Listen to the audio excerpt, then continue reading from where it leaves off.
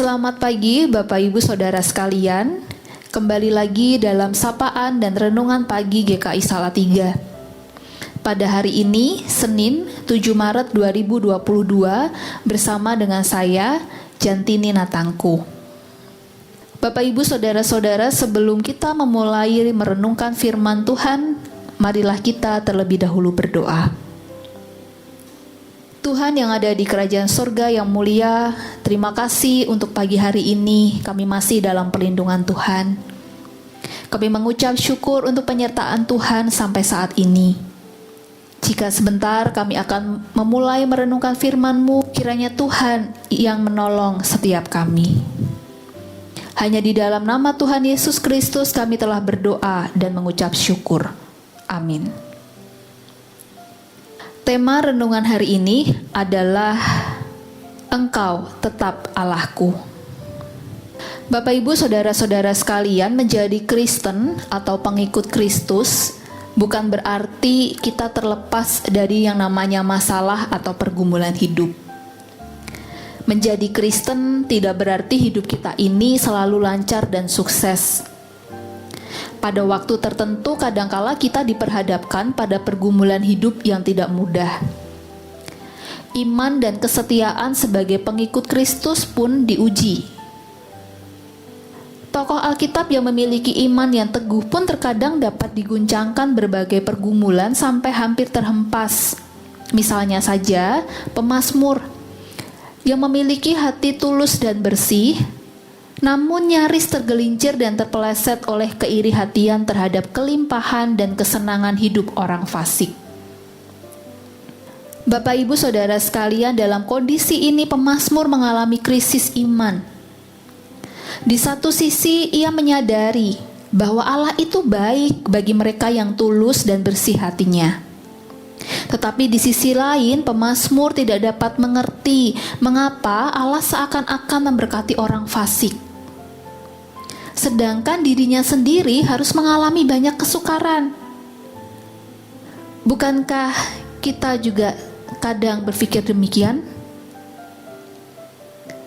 Pemazmur sedikit pun tidak ingin menyangkali kesetiaannya kepada Tuhan, walau ia merasakan bahwa semua upayanya untuk mempertahankan hati yang bersih itu merupakan kesia-siaan. Di tengah puncak krisisnya, pemazmur menemukan fokus dan orientasi hidup yang tepat. Pemazmur menyadari bahwa dalam perspektif kekekalan, akhir hidup orang fasik adalah sia-sia. Sehingga pemazmur menyadari bahwa keberhasilan sementara di bumi bukanlah kebutuhannya yang utama. Kebutuhannya yang utama adalah Allah sendiri, warisan yang tidak akan pernah diambil darinya.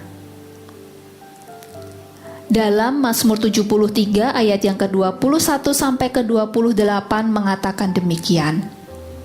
Ketika hatiku merasa pahit dan buah pinggangku menusuk-nusuk rasanya, aku dungu dan tidak mengerti seperti hewan aku di dekatmu. Tetapi aku tetap di dekatmu. Engkau memegang tangan kananku. Dengan nasihatmu engkau menuntun aku, dan kemudian engkau mengangkat aku ke dalam kemuliaan. Siapa gerangan ada padaku di sorga selain engkau? Selain engkau tidak ada yang kuingini di bumi. Sekalipun dagingku dan hatiku habis lenyap, gunung batuku dan bagianku tetaplah Allah selama-lamanya. Sebab sesungguhnya siapa yang jauh daripadamu akan binasa. Kau binasakan semua orang yang berzinah dengan meninggalkan engkau. Tetapi aku suka dekat pada Allah.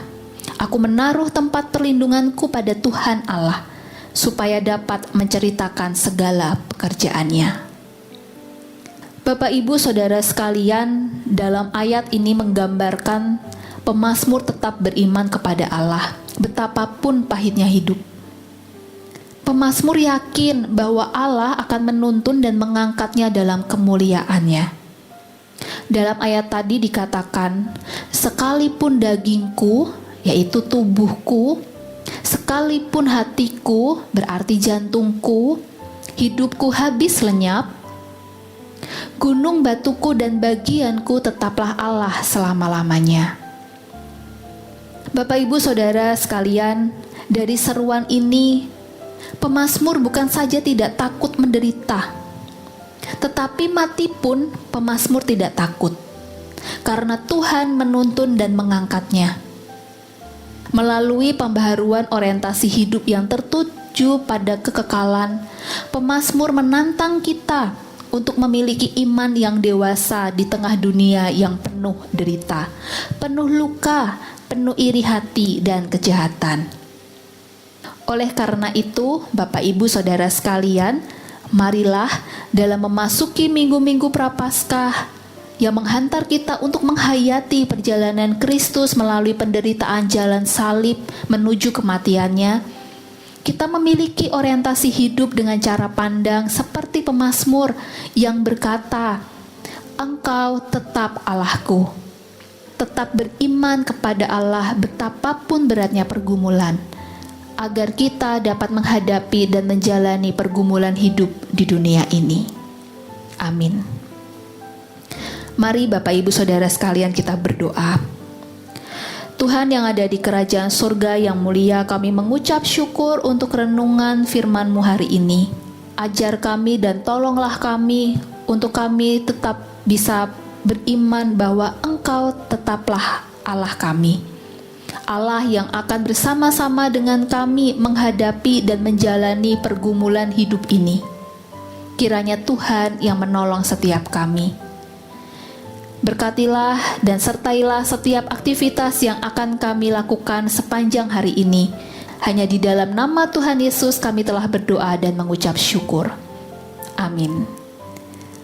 Terima kasih Bapak Ibu Saudara sekalian, selamat beraktivitas dan Tuhan memberkati.